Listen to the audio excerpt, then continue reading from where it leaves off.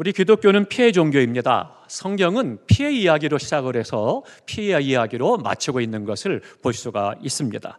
창세기부터 계시록까지 쭉 살펴보면 계속해서 흘러가고 있는 것이 바로 이 피해에 대한 그런 말씀입니다. 특별히 사순절이기 때문에 우리가 오늘 주님의 십자가의 피해에 대해서 함께 말씀을 나누고 하나님 앞에 영광을 드리려고 합니다. 우리 다음 세대만 한번 대답해 보시기 바랍니다. 사순절은 누구를 생각하는 기간이에요? 사순절 누구? 그렇죠. 예수님을 생각하는 기간이에요. 우리를 위해서 십자가를 못 박혀 돌아가신 예수님, 그 예수님을 바라보고 그 예수님의 십자가를 깊이 생각하는 시간이 바로 이 사순절 기간이에요. 이 사순절 기간에는 예수님께서 우리의 죄를 지시고 십자가를 향해 나아가시고 십자가에 피 흘려 돌아가시는 그것을 생각하고 그 은혜를 받는 시간입니다. 그렇기 때문에 우리 다음 세대가 어린아이부터 모든 세대가 이 사순절 기간 동안 더욱더 십자가의 피의 은혜를 깊이 경험하고 체험하는 은혜의 시간이 되시기를 바랍니다. 구약에 보면 인간이 하나님께 드리는 수많은 제사가 있습니다. 근데 그 많은 제사들 가운데 매일같이 제사를 드리게 되는데요, 그 가운데 제사는 하나님을 향한 오늘 우리의 예배가 되는 것입니다. 그런데 대부분의 제사에는 반드시 드려야 될 것이 피를 바쳐야 됐습니다. 특별히 죄 사함에 대한 위에서 제사를 드릴 때에는 반드시 피를 뿌려 제사를 드리도록 말씀하고 있습니다.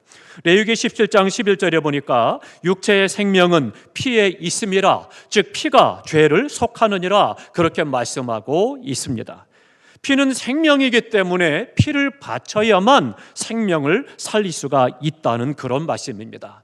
그러니까 반드시 죄를 속하고 생명을 살리기 위해서는 피를 바치는 피의 제사를 드리도록 말씀하셨던 것이죠.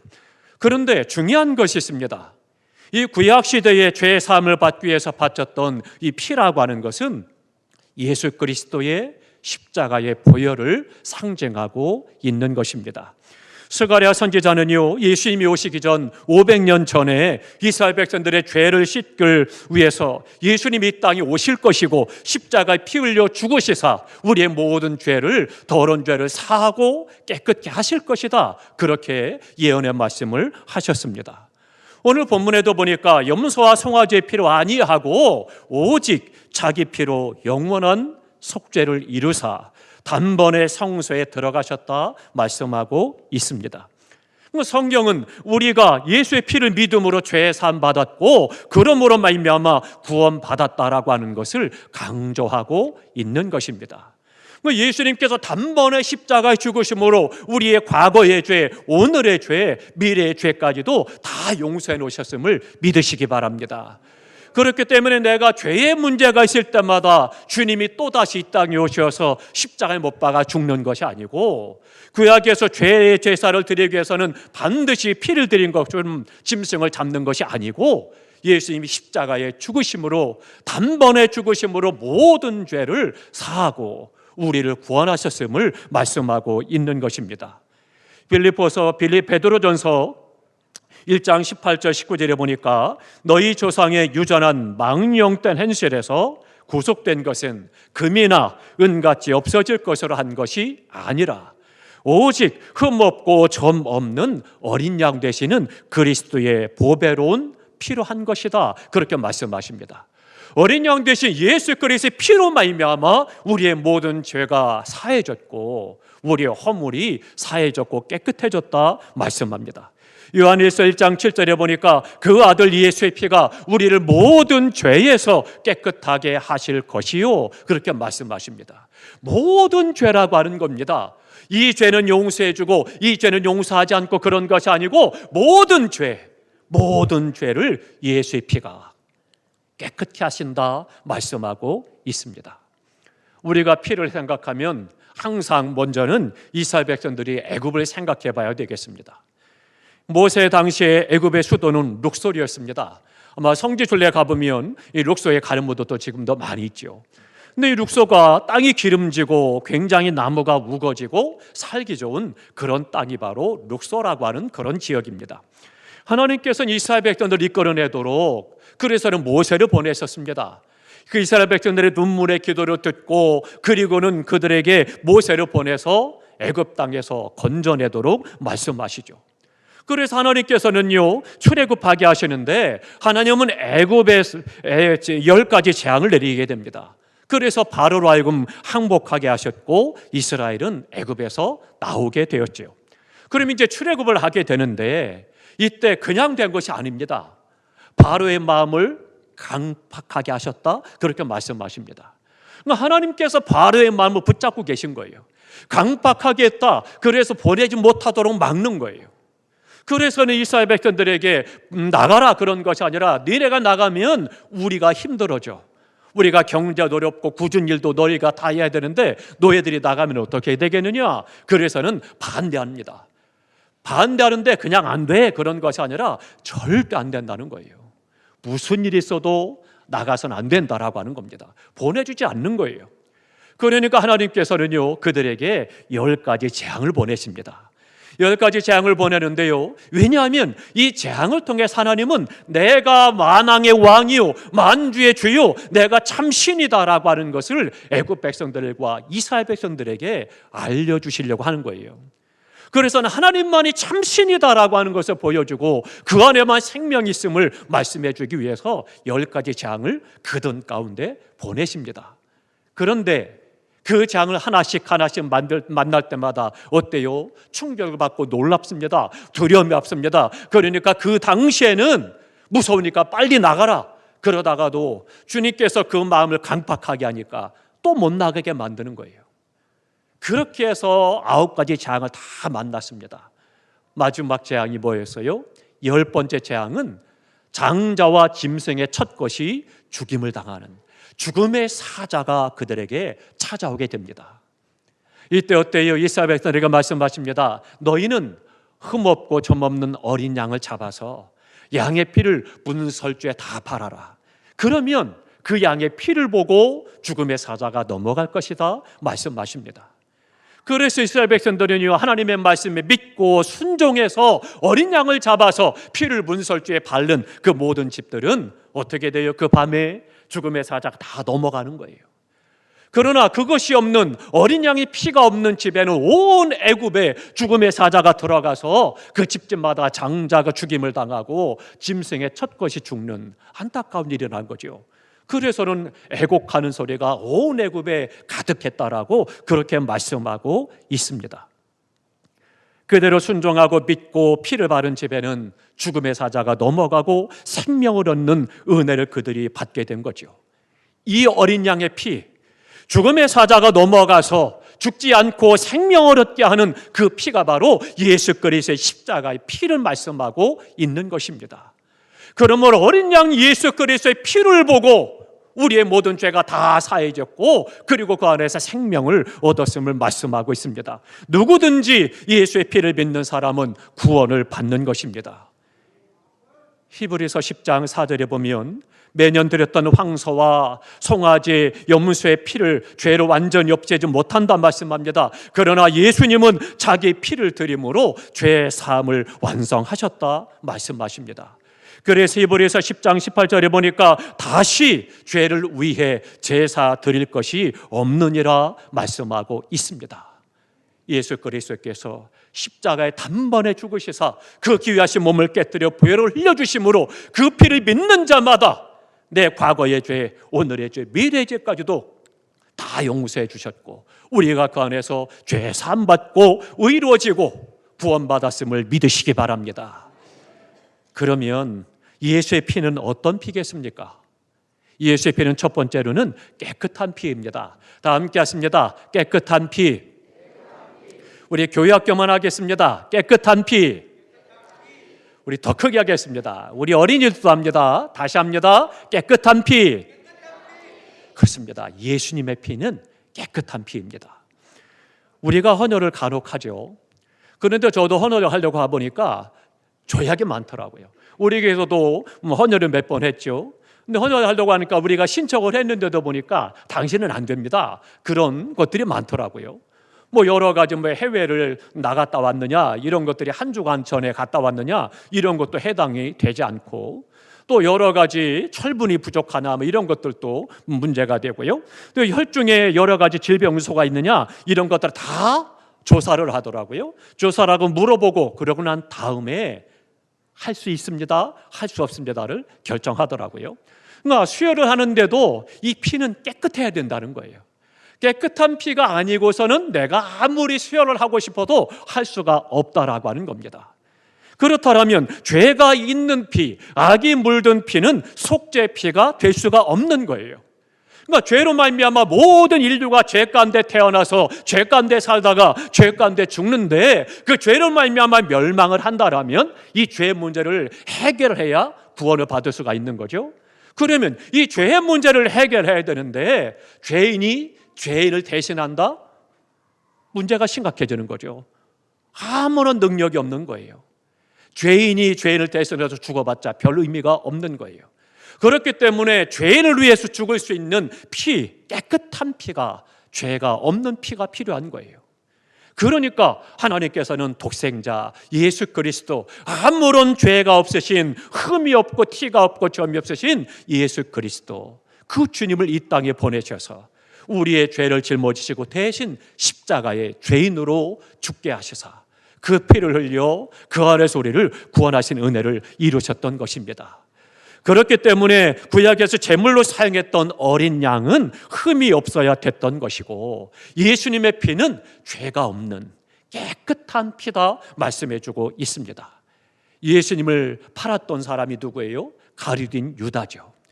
비록 예수님을 배반하고 예수님을 팔았던 유다지만 유다가 나중에 이런 고백을 합니다. 내가 무죄한 피를 팔고 죄를 범하였구나. 그런 고백을 합니다. 예수님을 팔아먹고 난 다음에 그러고 나서 그가 고백하는 거예요. 내가 무죄한 피, 예수님이 죄 없는 예수님을 팔고 예수님 앞에 죄를 범했다. 그가 그렇게 고백을 하고 있는 거죠. 비록 예수님을 판 자의 고백이지만 예수님은 죄가 없는 깨끗한 주님이시오. 그분의 보혈임을 말씀해주고 있죠. 예수 그리스도의 깨끗한 피가 우리의 모든 죄를 사하셨음을 믿으시기를 축원합니다. 또 하나 두 번째는요, 예수님의 피는 더러운 죄를 씻는 피입니다. 다 함께 하십니다. 더러운 죄를 씻는다. 더러운 죄를 씻는 피, 오직 예수의 십자가의 피밖에 없는 것입니다. 스가랴 13장 1절에 말씀합니다. 죄와 더러움을 씻는 셈이다, 그렇게 말씀하셨습니다. 요한일서 1장 7절에는 예수의 피가 우리를 모든 죄에서 깨끗하게 하실 것이요, 그렇게 말씀하고 있습니다. 우리의 죄 가운데 얼룩지고 구겨지고 때묻고 망가진 그런 모든 삶을 깨끗하게 지을 수 있는 것, 오직 예수의 십자가의 피밖에 없는 것입니다. 우리 찬송가 252장에 보면 가사가 그렇습니다. 나의 죄를 씻기는 예수의 피밖에 없네. 그렇게 고백하는데요, 이 죄라는 나의 죄를 씻기는 말할 때 원문에 보면 나의 얼룩을 씻기는 예수의 피밖에 없다, 그렇게 노래하고 있습니다. 로버트 로우리 목사님이 나의 죄를 씻는 것 오직 주님의 피밖에 없다는 것을 찬송했던 것처럼 오늘 우리의 삶 속에서도 내 삶에 때묻고 얼룩지고 더럽고 초한 그 모든 죄를 씻는 것은 오직 예수 그리스도의 십자가의 보혈밖에 없는 것입니다.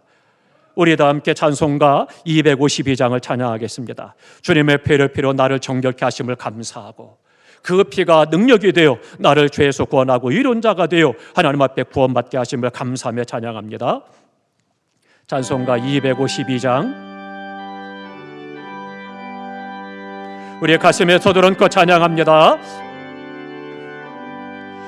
나의 죄를 씻기는 예수의 피밖에 없네.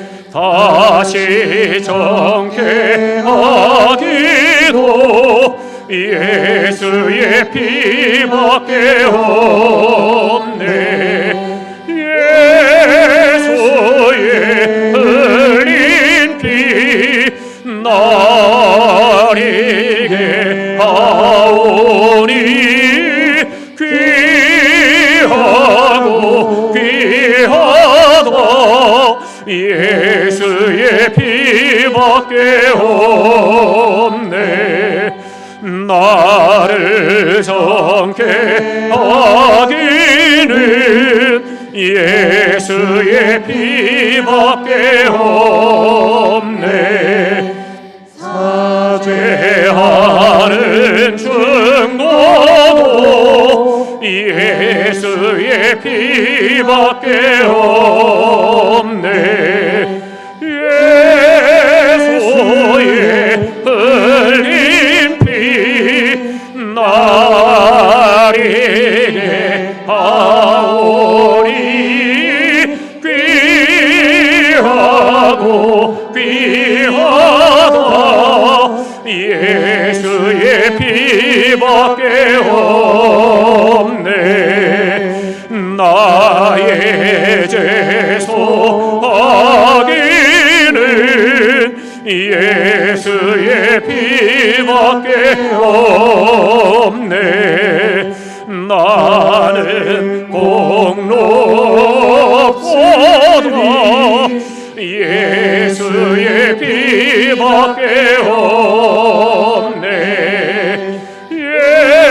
예수의 흘린 피 나에게 하오니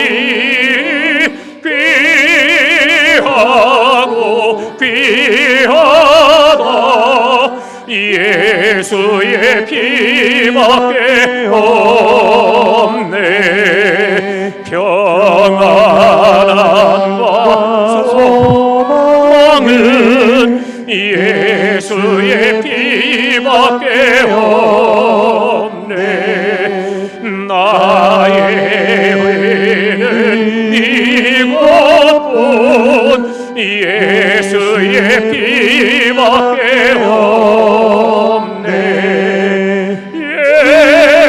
예수의 흘린 피 나에게 하오니 귀하고 귀하다. 예수의 피밖에 없네.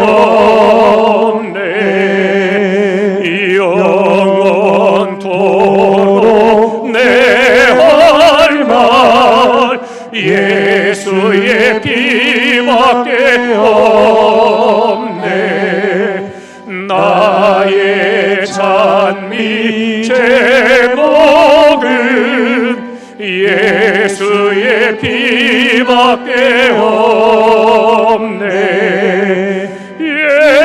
예수의 흘린 피 나에게 하오니 귀하고 귀하다. 예수의 피밖에 없네.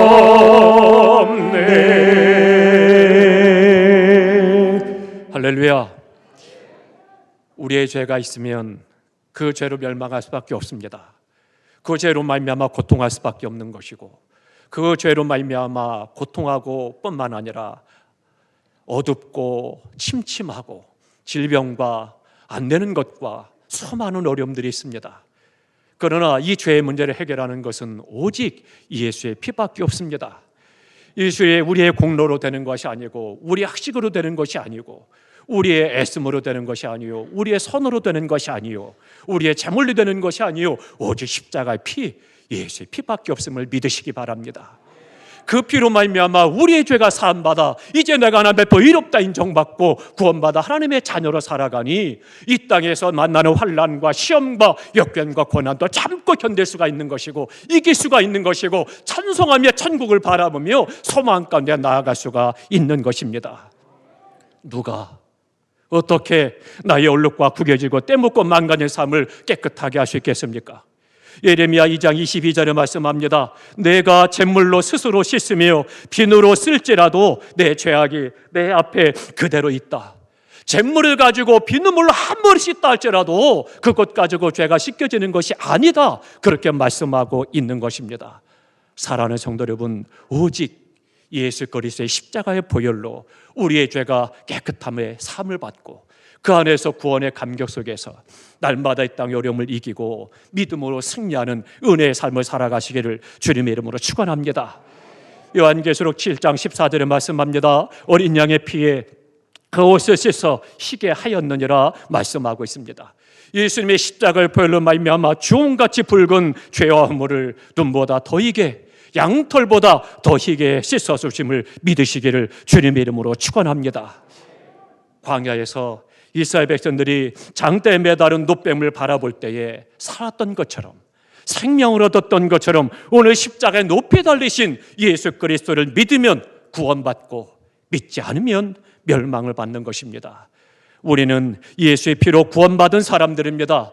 피는 생명이란 말씀하셨고 생명을 다 바쳐 우리를 살려주신 주님을 위해서 오늘 우리가 무엇을 해야 하고 어떻게 살아갈 것이냐 다시 한번 결단하시기 바랍니다. 나의 모든 것, 나의 모든 지식과 삶과 물질과 경험과 나의 모든 소유를 주님께 드리는 삶을 살아가실 때 예수의 피로 구원받은 사람의 삶의 모습이 되는 것입니다. 사랑하는 성도 여러분, 이 시간 결단하시기 바랍니다. 내가 믿음으로 살겠습니다. 주님 앞에 내 삶을 드려 하나님께 영광을 돌려드리겠습니다.